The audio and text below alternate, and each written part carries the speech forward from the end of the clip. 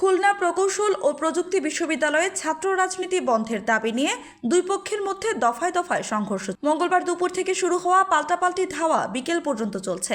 এই ঘটনায় ইতিমধ্যে কমপক্ষে ৩০ জন আহত হয়েছেন। ছাত্রদলের একাধিক নেতা এবং বৈষম্য বিরোধী ছাত্র আন্দোলনের একজন নেতা এ তথ্য নিশ্চিত করেছেন। সূত্র জানায়, গত ৫ই আগস্ট আওয়ামী সরকার পতনের পর থেকে কুয়েটে ছাত্র রাজনীতি নিষিদ্ধ আছে। কুয়েটে ছাত্র রাজনীতি যাতে আবার শুরু হতে পারে সেজন্য ছাত্রদলের কর্মীরা গতকাল সোমবার ক্যাম্পাসে লিফলেট বিতরণ করেন। এরই পরিপ্রেক্ষিতে আজ বৈষম্য বিরোধী ছাত্র আন্দোলনের শিক্ষার্থীদের নেতৃত্বে সাধারণ শিক্ষার্থীরা ছাত্র রাজনীতির ঠিকানা এই কুয়েটে হবে না দাবি মোদের একটাই, রাজনীতিমুক্ত ক্যাম্পাস চাই।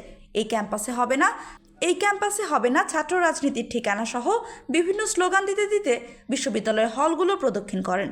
এ সময় ছাত্রদলের কর্মীরা পাশ দিয়ে যাওয়ার সময় কেন্দ্রীয় জামে মসজিদের সামনে দুই পক্ষের মধ্যে উত্তেজনা দেখা দেয়। পরে পাল্টাপাল্টি ধাওয়া শুরু হয়, যা কুয়েটের বাইরেও ছড়িয়ে পড়ে। কুয়েট পকেট গেট থেকে বহিরাগতরা ছাত্রদলের পক্ষ নিয়ে সংঘর্ষে জড়িয়ে পড়েন। বর্তমানে ক্যাম্পাসে চরম উত্তেজনা বিরাজ করছে।